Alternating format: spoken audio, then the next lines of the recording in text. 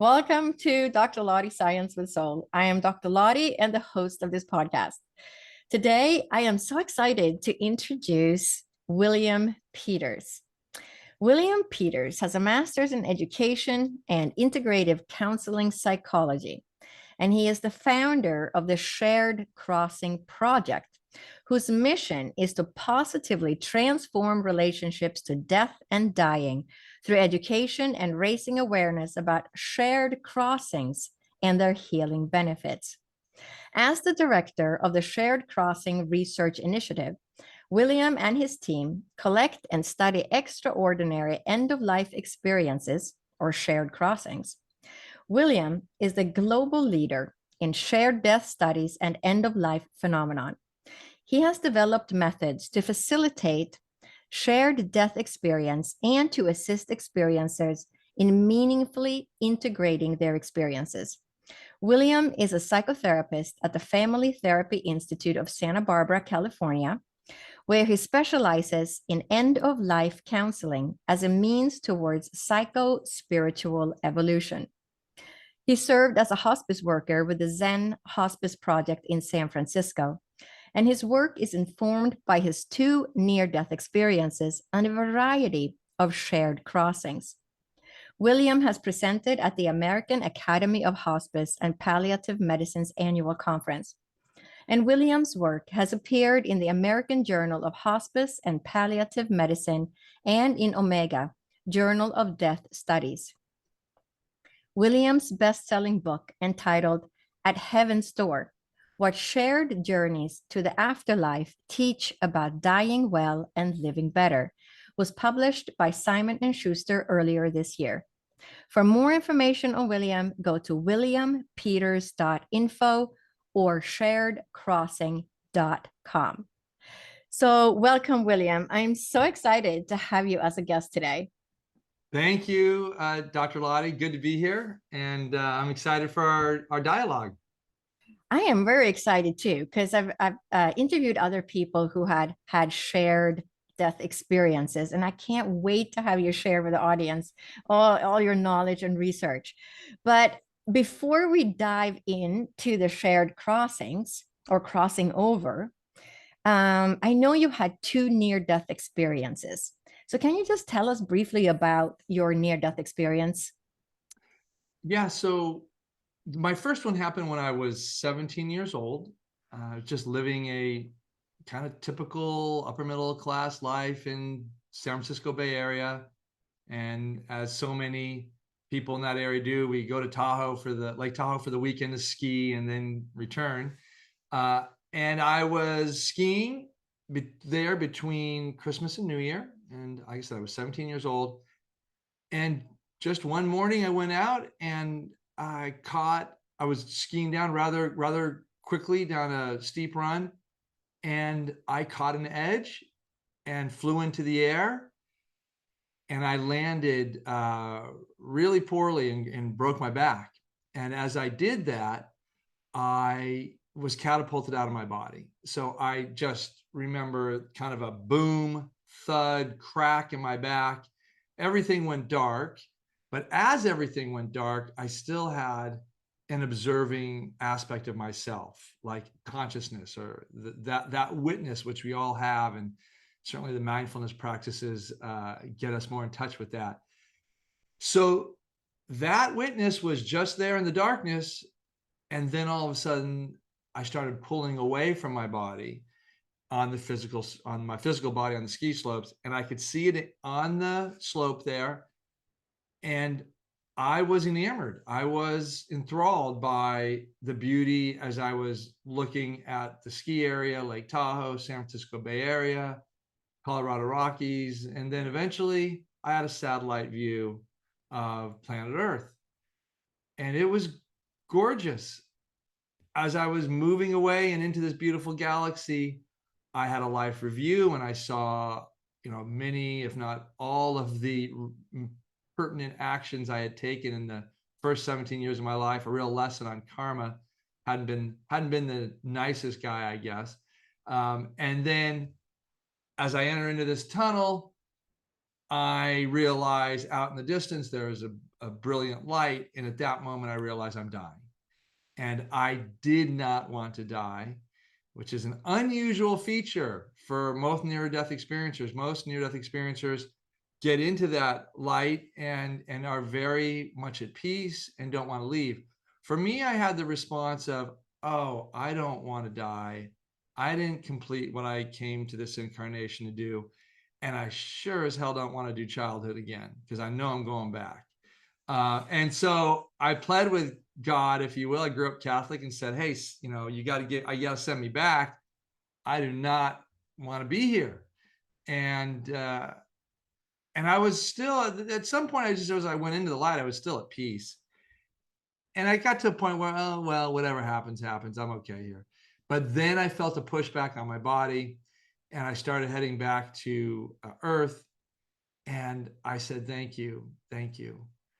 And I felt this really strong, powerful message. It wasn't a voice, it was a telepathic.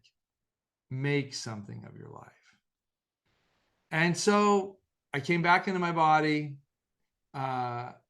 It was a painful re-entry into that body, because I had a broken back and I didn't have any feeling, and I yet screamed at God, don't let me be paralyzed. And I had more feeling come over me. But the truth of the matter is, it was a really brutal injury, and it left me in chronic pain for many decades. I'm significantly better now, but I had to do a lot of work to heal, and still have to have quite a rigorous maintenance schedule. So yeah, so that was that. And that was my first near-death experience, and I didn't think about it at all, really, until I think it was about 5-6 years later. I was visiting my parents and was kind of channel surfing late at night, and I saw somebody, an actor, I guess, talk about a tunnel and a light, and I was channel surfing, so I caught that tunnel light, and I go, wait a minute. Went back and realized this guy is talking about an experience that I had. And so that was the first time I really realized that what I had a name.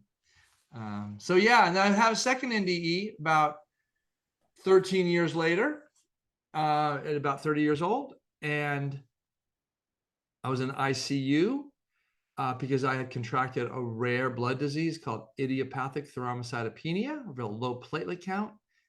And I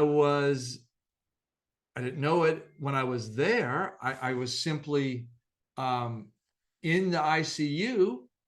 I went in through the emergency room, but I came to, in terms of awareness, because I passed out in the ER, woke up on the ceiling of the ICU, listening to the nurses talk about the patients, and once again, being very much at peace out of my body. But I had no idea where my physical body was. I literally didn't, until the nurses went around and said, oh, there's this person in bed 1, he's got a heart attack and he's dying. The woman in bed 2, she's 80, she got a stroke, she's not going to make it through the night. I got this guy in bed 3, he's healthy, 30-year-old guy. I want to know why he's here. He's got this idiopathic thrombocytopenia. Specialist is coming over from UCSF to check him out. And I said, that's interesting. I wonder who that guy is. I went over and looked at, I said, oh my God, that's me. But then I didn't really do anything other than hang out there until the doctor came in and he called my name. And as I responded to him, I went back into that body. It was interesting to see my view change of the doctor and of myself. I saw the doctor's crown. And then when I answered him, I was looking into his eyes. It all happened rather rapidly. So those are my two, NDEs, and clearly formative experiences, because I realized from that point forward, whatever I call myself or identify with is not dependent on a physical body. I realized I had a free consciousness, a self that was not dependent on that body. Wow. And so which was it, both of these near-death experiences that then propelled you into, researching shared death experiences, or was it one more than the other? Great question.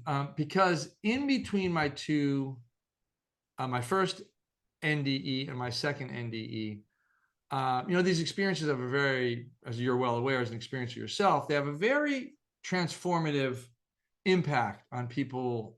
And in my case, my pain levels were high, and I lost my ability as an athlete, which I identified with. And I had to go, in college, I just began an inner journey of like, what's life about? I mean, I'm not gonna be able-bodied here. Doesn't look like for a while. Never gave up hope on getting more physically capable again. But it did, I was limited, I was in pain. And during that time, I realized, the program I had to go out and make a lot of money and be a happy businessman just isn't gonna play for me, because there's no amount of money that's gonna make me content given the pain levels I have. So interestingly enough, I started, I have a whole series of other experiences I won't share today, but I had one major experience where I was traveling in Europe, and I ran, literally just by chance, took an overnight bus ride through southern Yugoslavia. In those days, it was Bosnia today. And I woke up the morning after an overnight bus ride, groggy and in that hypnopompic state where you're just kind of coming to. And I looked out the window, pulled the sash on the bus, and I saw all these Muslim women, extremely poor. They were begging for food, money, anything, as far as I could see in this plaza. Well, that really struck my heart. And I just remember weeping as I looked at them and said, I mean, it just came right. They have something I need. They have something. They have a vulnerability. They're in touch with their pain. There's an authenticity that I had not arrived at. I was still struggling and faking and trying, just couldn't find my way. I made a commitment right there to work working with people who are disenfranchised, essentially, other people that were vulnerable and poor in that way. So I ended up working in Central and South America right after graduation. And it was there that I got in touch with, saw a lot of death and dying in Peru and Guatemala, 2 civil wars, really, really broke through to see human suffering and death and dying. I had one shared death experience there that was really just a man who'd been run over by a car. And as I was helping him, I realized there were these presences and spirits around me that were encouraging me. And my world got very small in terms of being in this space with this man, trying to help him. I didn't have any language for the experience. In fact, it took many decades for me to actually go back and say, oh my God, I did have a shared death experience then, an SDE. It wasn't a full-blown one, but it was certainly stuck in my mind. And then I worked in the AIDS epidemic when I returned from Peru, and it was there in San Francisco as a social worker. It was there that working with these gay men who were basically, in those days, there was no cure for HIV virus. These men were going to die, and they lived in homeless encampments, and they were just watching each other die. They were all walking each other home, as Ram Dass would say. They just all knew they were going to die. The only question was what order and when and how.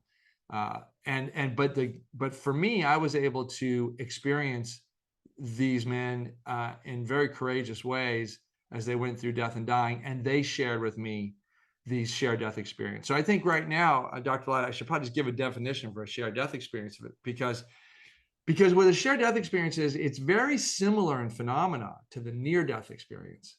But the shared death experience happens between a caregiver, loved one, or bystander. So the experiencer is not having a brush with death, and they're not dying. They are healthy in mind and body. They're typically a caregiver.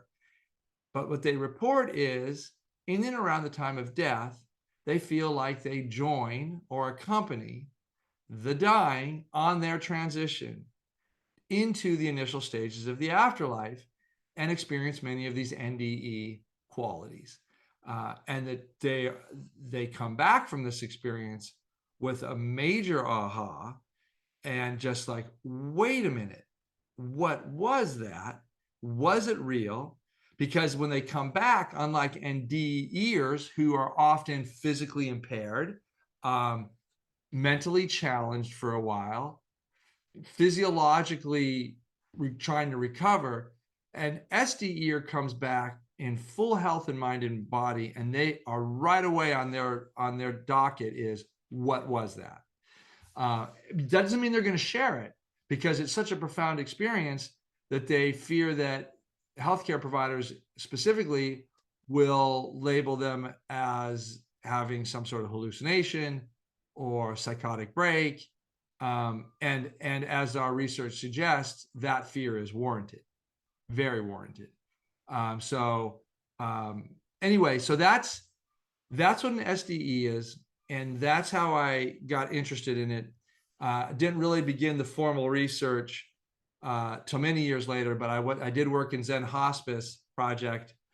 I'm now about 20 years ago, 25 years ago, and really it was there that I started having my own SDEs, just working with patients and typically seeing the light in the room change, seeing the dimensions of the room soften, the ceiling disappear, open up into a vast universe, often feel, pop out of my body with the dying. I didn't journey deeply into their afterlife experiences with them at that stage. So I did sometimes. I typically saw where they were going. I felt presences a lot. I almost always, as someone was dying, would feel the room get thick and feel that energy, that rise in the room, that energetic frequency that signals to me that death vortex is opening and summoning the soul of the dying out of their body and into the next dimension, the afterlife, if you will. So I've said a lot there. I hope that gets us started. Absolutely. Um, do you have a story to tell about a specific shared death experience that stands out to you?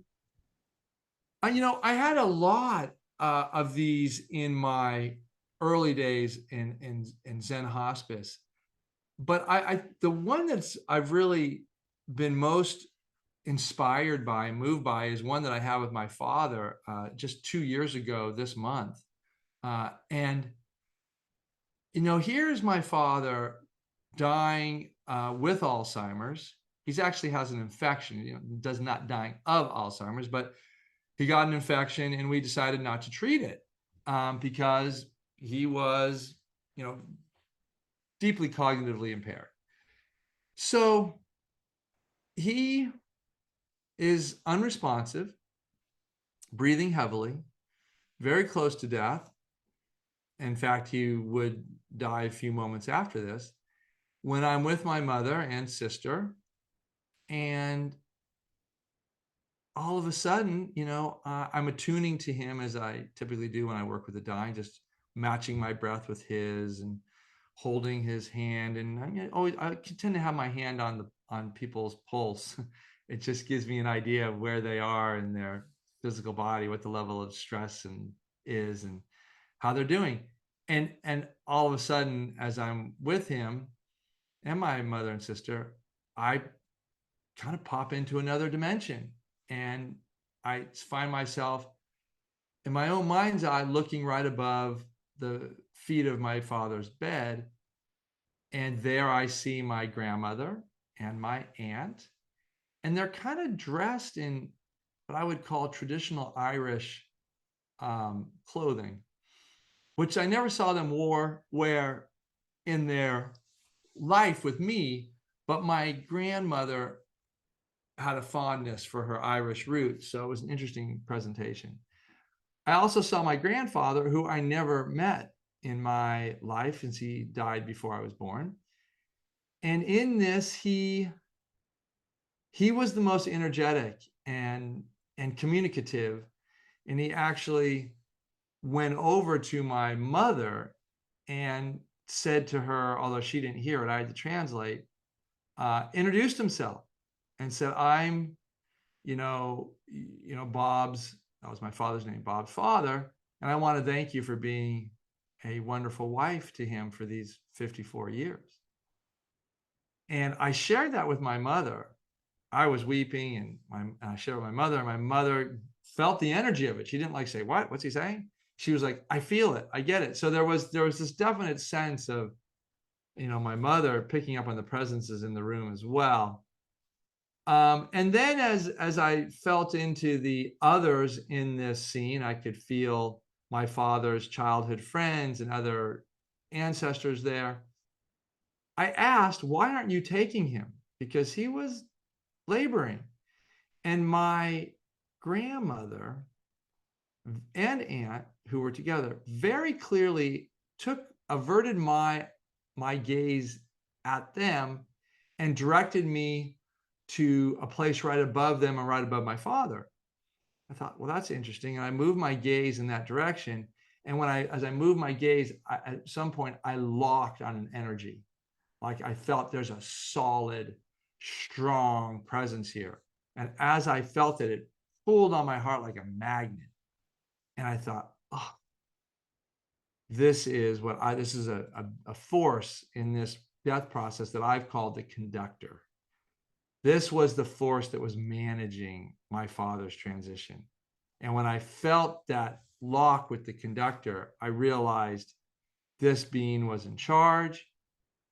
It felt like a he to me, was managing everything, and that he was letting me know that he was going to manage this transition. And it felt very energetic. And then we were interrupted. Actually, my brother entered the room, and the scene, I got interrupted. And excuse me, and I left that. But that was an SDE that was quite profound, because I've been fascinated by this force that we see in so many shared death experiences. It can be a person, it can be an elevated being, it can be a light being, it can be an angel, it can be an unseen force, invisible in a certain way, but it has a role. It's a very direct role, a very clear role, and it manages with precision and a sense of urgency and intention. And sometimes it's delaying and waiting, and sometimes it's moving things along. But this is the conductor. And so that's a part of the research that's fascinating to me. And to those people who experience the conductor, they are awestruck by this presence. Do you feel that the conductor is in charge of, when it's time for us to pass out and pass on to the afterlife? Like we have a timestamp, this is the day, this is the time, or do you think it's more random? I think it's kind of a both and. I think that we do. Well, I can't answer that first question as whether we have a designated. I don't really buy into that per se. I mean, I do at some level. I think we do have like gates, and I think life circumstances, how they play out, might have exit points for us, and they may be agreed upon in our pre-life planning, if you will. But in those moments when I've experienced the conductor, and our researchers and our research reveals this, that they're working with a series of energetics, other beings. They're kind of intuiting, and I don't know how they're managing the when of all that, but they definitely have a sense of when the conditions are right. Mm-hmm. It's fascinating.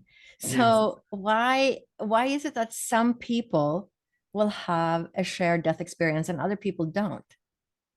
Yeah, that's the $10 million question, the holy grail of our research. Why do some people have them and why others not?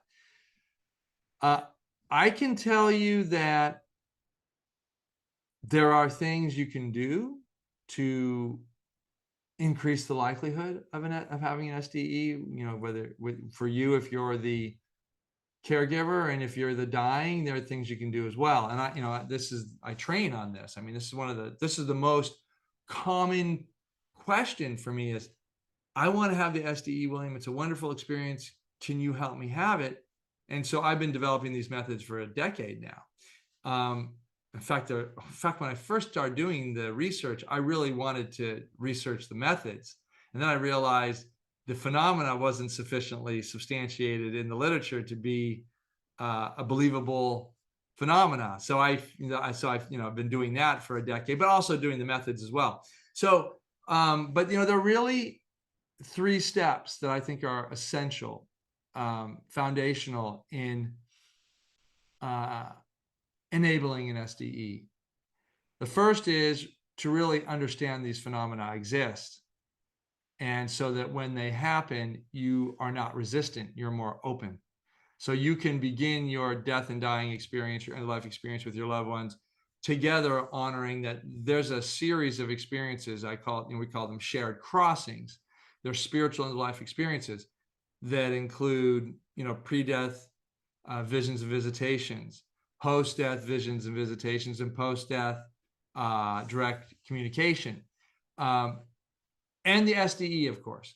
So to be aware that those phenomena happen is really a help to having your mind receptive to those.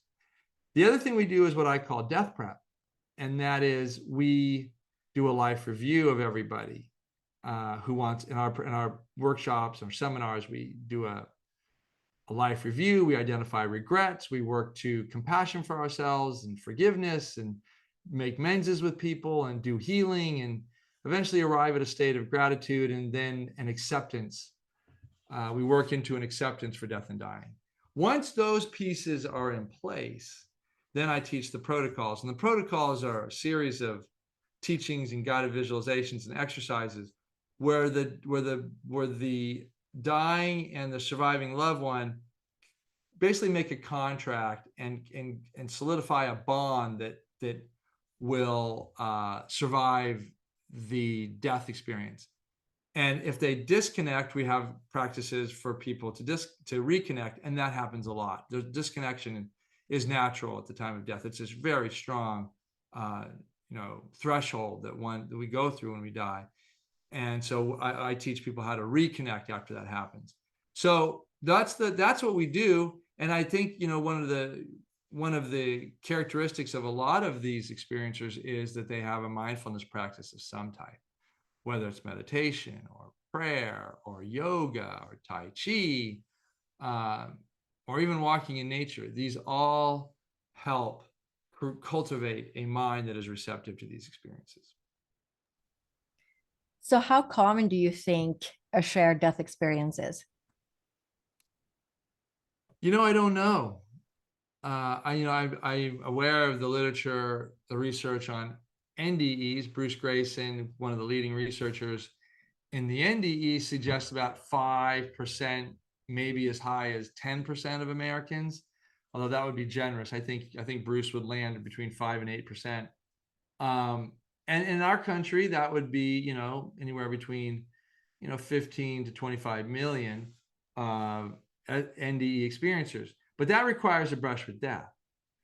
So if the SDE does not require a brush with death, just requires being close to that death vortex, being receptive, then I'm going to suggest that the SDE happens a lot more frequently than NDE does.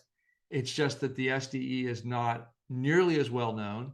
And there are different types of SDEs that people have, different levels of the SDE, different levels of immersion, if you will. So you recently published research on SDEs, or shared death experiences, in medical journals. How has the mainstream scientific and medical community reacted to stories of the shared death experience? And what research would you like to see being done? Yeah, thanks.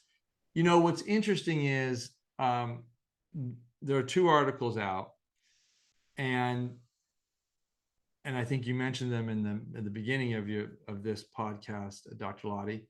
But the American Journal of Hospice and Palliative Medicine published our work, which is the first article ever published on the SDE. The first time there was enough research robust enough to pass their threshold. And the reviewers were quite laudatory and appreciative that we had submitted this, because one of the reviewers said, we know these experiences happen, we've just never gathered enough cases to validate it. So And with that, I can tell you that every day I get a notification in my email that somebody has read the article. I don't know how far they've read the article. They've at least opened it. And so, that's a lot of attention. I am anticipating that this will be a slow unwind because the SDE requires a reworking of medical science's understanding of the relationship between consciousness and the brain or the human body. As you're well aware now, modern medical sciences, being based in physicalism, asserts that human consciousness is the production or the product of the human brain. So at death, when brain function ceases, there should no longer be any consciousness.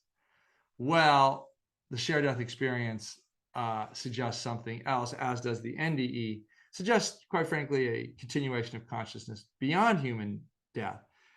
So while a lot of palliative and hospice care doctors and integrative doctors, I think, are very receptive to this, mainstream doctors have a big problem with this. They realize this contradicts the foundational understanding of the mind-body relationship. So many people think, just like you explained, the medical science, we're taught that the brain is in charge of consciousness. And so how would you explain where does the consciousness reside then if it doesn't reside in the brain? What's your take on that? Well, I think we have non-local consciousness. I think most of the times our consciousness is kind of centered somewhere in our body. It's safe. But I think we all know when we go to sleep at night and dream that we wander a bit. That tether gets light, softer. And so I think dream life can take us to different parts of the world, if you will, the universe. And I think those of us who practice lucid dreaming and other types of travel can strengthen that muscle, if you will, and can have more of those experiences. I mean, I've gone through times in my life where I go to bed and I wake up and I'm mindfully moving into different dimensions and seeing different people. And, that is a common practice in many indigenous peoples' cultures and practices. But for us, this is all new. So at least medical sciences would deem it as new in their worldview.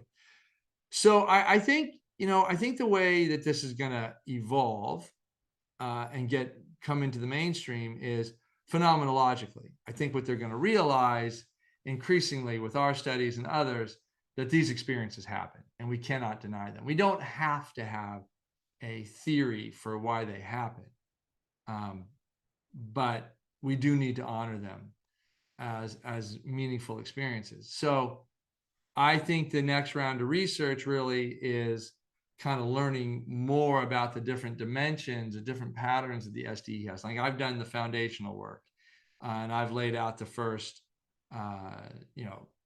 patterns or typologies, the two typologies that have been supported in our research. So, and I think that's really helpful to end-of-life care practitioners and others to see that this model exists.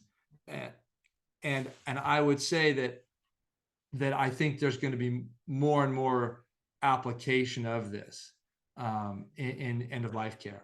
So that's what I think. And we're doing more research right now. I mean, now we're getting people that are interested in this is kind of curious. They ask whether you can have an SDE with your pets, because these are very frequent experiences. And if you think about it, most of us who are pet lovers will have 3 or 4 pets in a lifetime. And they're deep relationships. So we'll get many opportunities to go through a death and dying process. And in many cases, it's quite controlled. If you euthanize your pet, then you're right there.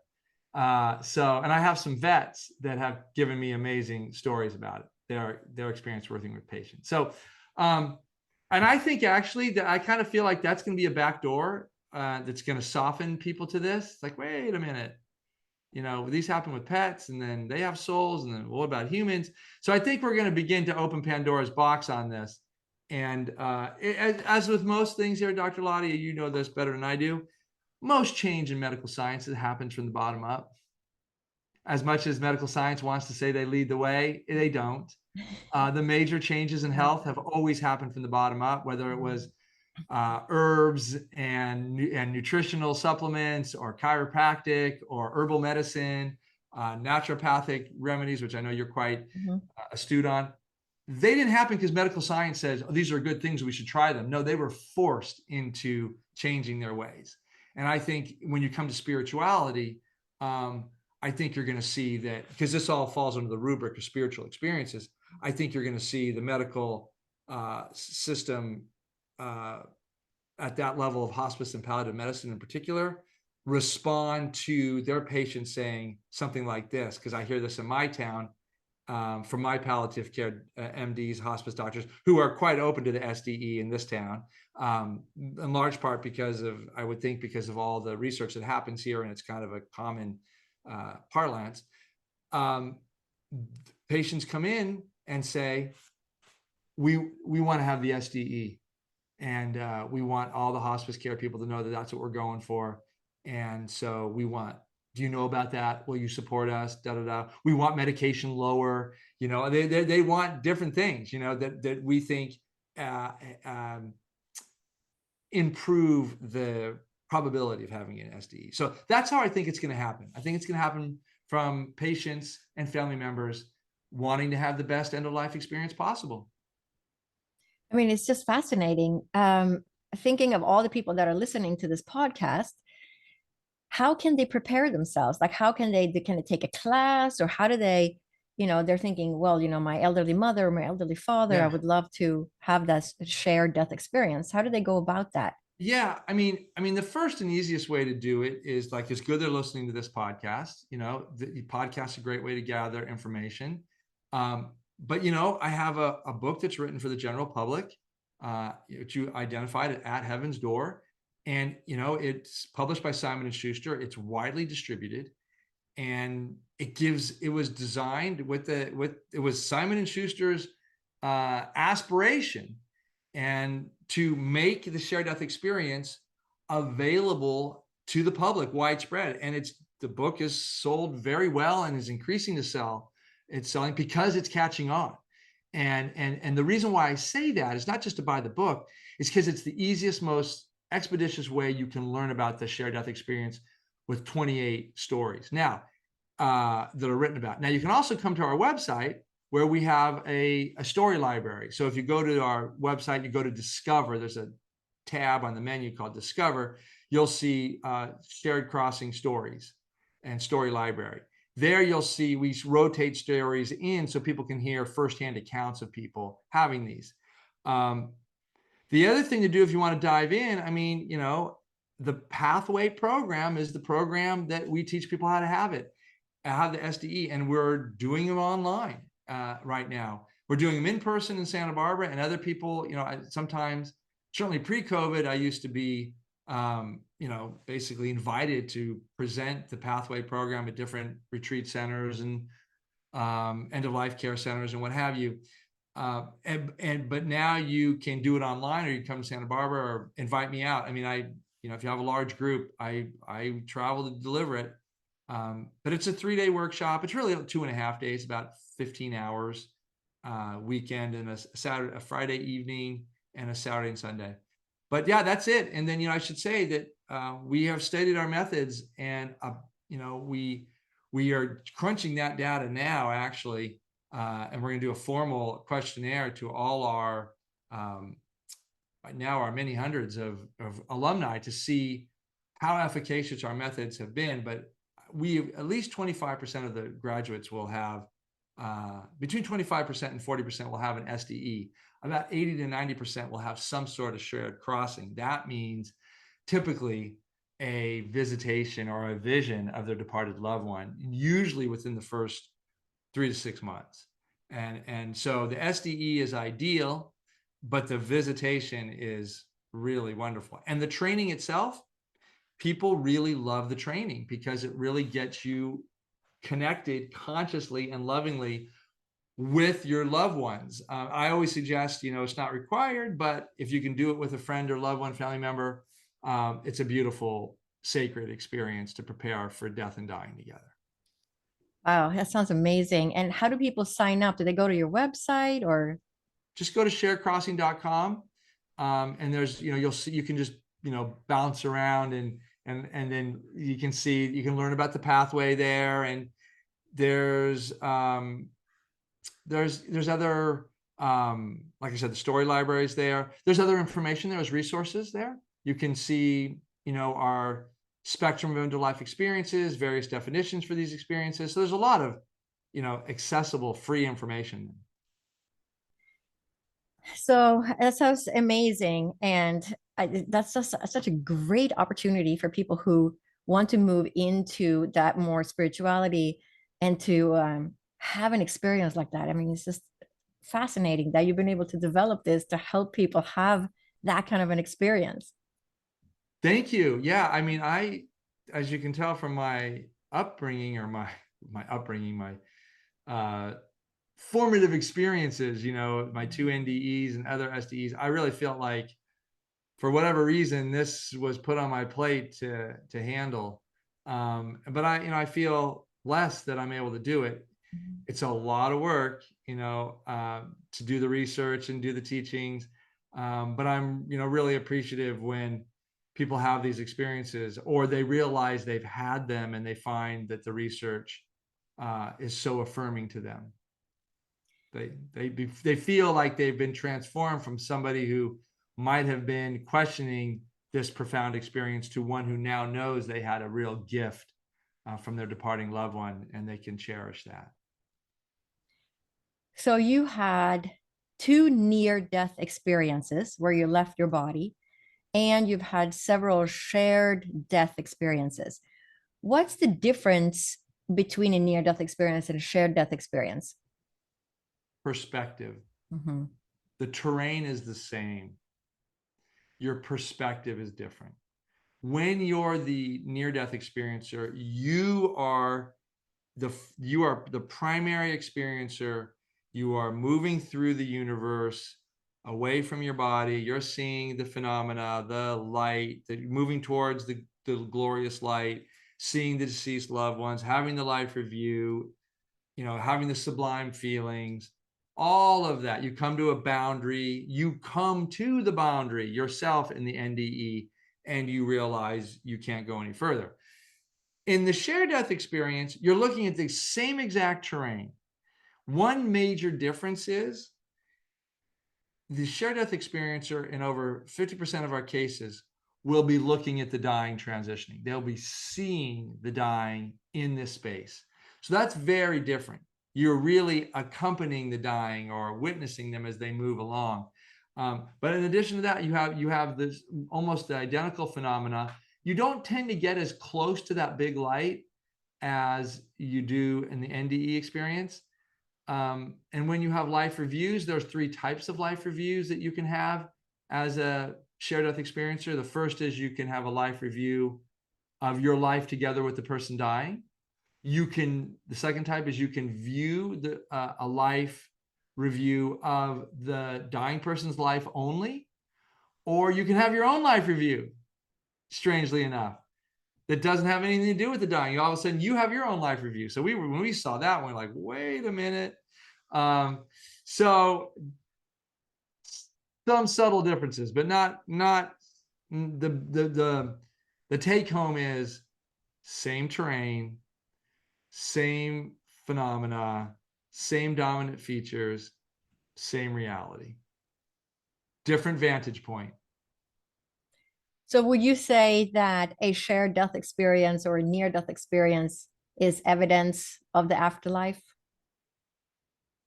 I think so. And, as an experiencer, I'm pretty biased because I've been there. As we see in our research, the experiencers don't use the term, I believe in an afterlife. They use the terminology, as you would know, Dr. Lottie, I know there's an afterlife because we've been there. Once you put your feet on a foreign land, you know it exists. And that's no longer, wishful thinking. It's ground into our being as a reality. So for me, it's yes. And whether the research we do is compelling enough to support the existence of an afterlife to the medical sciences, I don't think that that's the litmus test for legitimacy. I think the litmus test for legitimacy is the common person. When the common person reads these stories or has friends and family that have them and they listen to them and they trust them, that's where the transformation happens. I'm not waiting for medical sciences to give me or anyone the approval, the acknowledgement. Enough within the medical system have already done that. But whether they do this in the main is something completely out of my control and not a fight I want to get in. I want to inspire and encourage and show the data, but I'm not. For those who have eyes to see and ears to listen, it becomes quite evident. For the others who are more resistant, that's their own resistance. That's their work, not mine. I love it. I'm going to just backtrack a little bit. When you spoke about your NDE and you said you had the satellite view of the Earth, and I just want to touch upon that because I also saw the world, and I call it, I was standing on the moon and looked down at the Earth. But it's interesting because you're the first one that I come across that also saw the world, that I have met that saw the world kind of from outer space. When I saw the world, I had what I call the fishnet, which is now it's known as the grid because you can just Google it. But my NDE was 1992 and 94, so we didn't have internet back then. But it was a grid around the Earth. Did you also see a grid, or did you just see the Earth?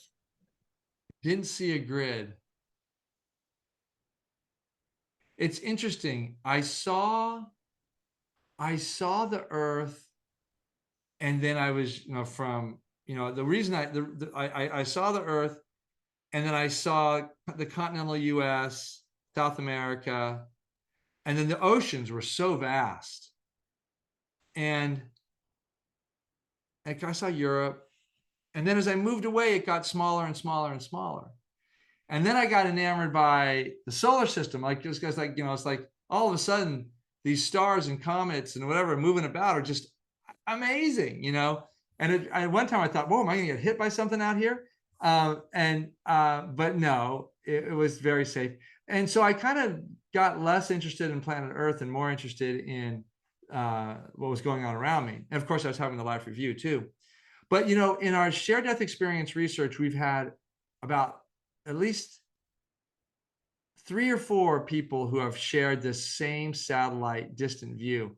And in a couple of them, they talk about looking back at planet Earth and seeing it from a distance and feeling the struggle on that dimension, which is so interesting. I didn't have that sense, but some people look back and say, oh, that's a difficult realm.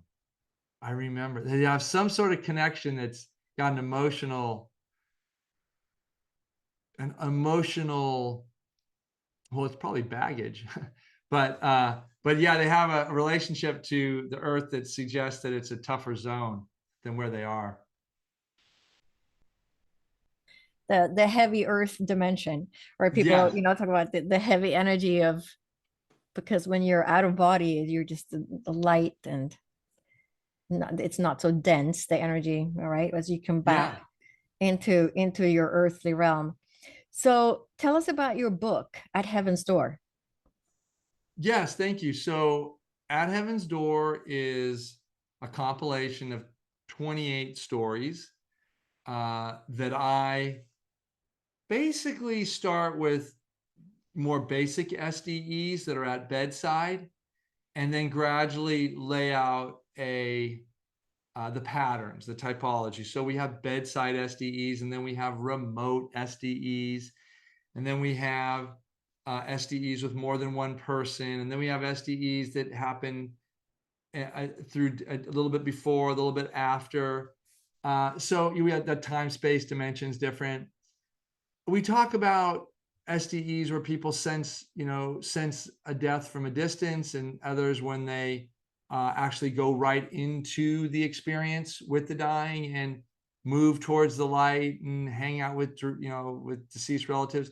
So I just really go through the different primary features and do it very systematically.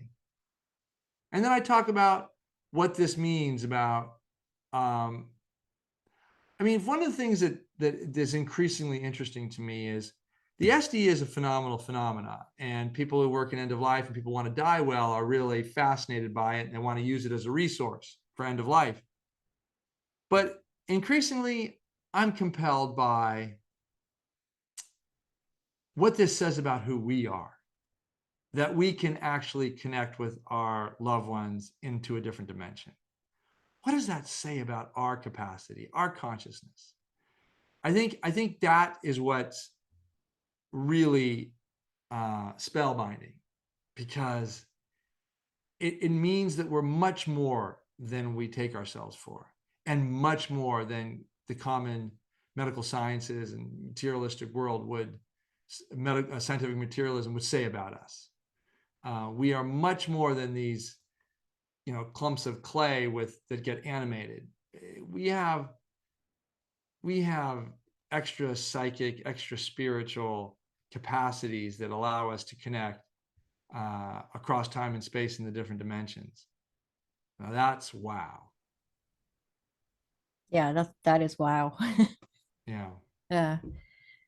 Um, when you had your second near-death experience and you had ITP, that was about 13 years after your first. Yeah, it's always, I'm not good with the You were about time. 17 and then you were about 30. Yeah. Did you just all of a sudden get sick, or? They didn't really know. But I think I was on an anti-inflammatory called Voltaren, and they were trying it out in that time. And I had a kind of what was becoming a chronic knee injury, knee pain, and inability and limited mobility. And this orthopedic had me on Voltaren for like 18 months. And now you look at Voltaren and it says can cause blood issues, or loss of platelets. So I think that contributed to it. Mm-hmm. It's just interesting because my second near-death experience was also related to bone marrow, ITP, or idiopathic thrombocytopenia, Wow. aplastic anemia. So, but it's the same, right? They go kind of hand in hand. Um, and I always joke, I had to get sick, so I had my second near-death experience because I didn't get all the messages in the first one. Do you feel that same way, that there kind of was a reason for you to have a second experience, or it was just random? I don't know. I don't know. It's a good question. That would suggest that my life, maybe all of our lives, are predetermined in some way. And I don't know. Yeah. I What think do it's a you great question. I gaze at the ponder the mystery of that. what do you think is the meaning of life? Well, um, I think life is continuous. Like, I don't think, if the question is like, what's the meaning of a human life? That question is a lot different than what's the meaning of life itself. Um, so let's take the low-hanging fruit with the meaning of a human life. Because I think we come here, we incarnate to have certain experiences. And I think those can be predetermined. At least an agenda and circumstances can be put forth. Whether we take up the curriculum and engage with it in the way that we thought, that I don't know. I think we do have a fair amount of free will, but I also think we're somewhat conditioned karmically and by our families and such. And I think we just grow, but the choosing of those families would obviously then determine a lot about what our experience will be.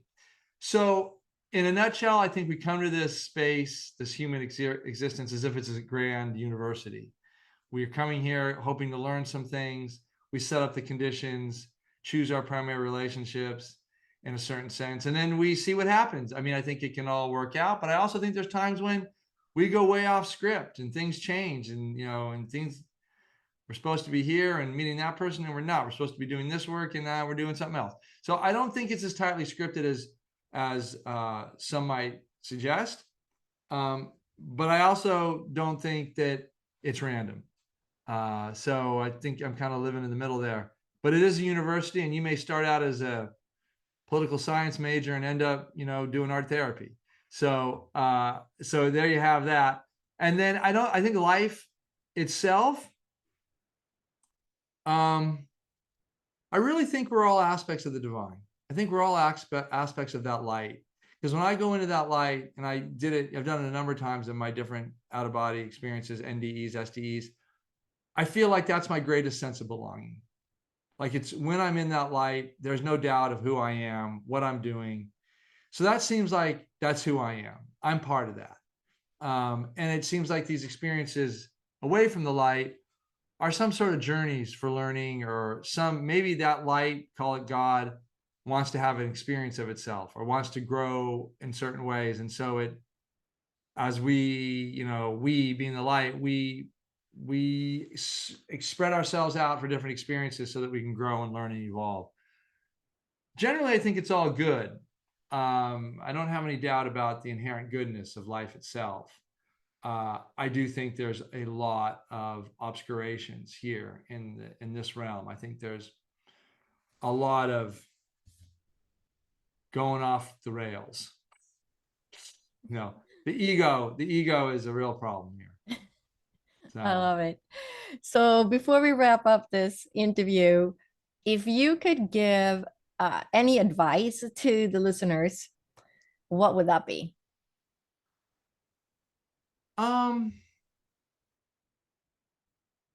I really think the first thing any human being has to do is figure out why they're here. That is the first goal of any human being. Like, what am I actually doing here? And I think that's I think our culture, the Western culture, has really lost sight of that. I think the great contemplative and philosophical traditions provided avenues for inquiry that yielded much more meaningful lives. I think even indigenous cultures have a better way of, staying in community and serving one another and asking these questions, and I think ultimately the litmus test for whether you're living a good life and is your level of aliveness. Joseph Campbell used to say, people aren't looking for meaning, people are looking for an experience of aliveness. And I think he really had it. Which is why he was so interested and became a part of more Native American cultures, because he found all their rituals were not about profit maximization and increasing the GDP. He found they were about tapping into our experience of aliveness and connecting and sharing with others and losing yourself in the moment and being completely okay with that. And I think that's what's lacking in our culture, which accounts for so much of our mental health challenges. So you asked me the question. My advice is find out where your meaning is, and where your aliveness, your meaning will be, and then live it fully. And for God's sake, don't try and fit into this culture and society, because that is a recipe for disaster and depression. I love it. I love your advice. Coming alive and living your life. So it's been a great pleasure to have you as a guest today. And to learn more about William Peters, go to williampeters.info or sharedcrossing.com. And I will put those links in the podcast notes as well. So again, thank you so much for being a guest on the show today. Thank you, Dr. Lottie. Pleasure to be here.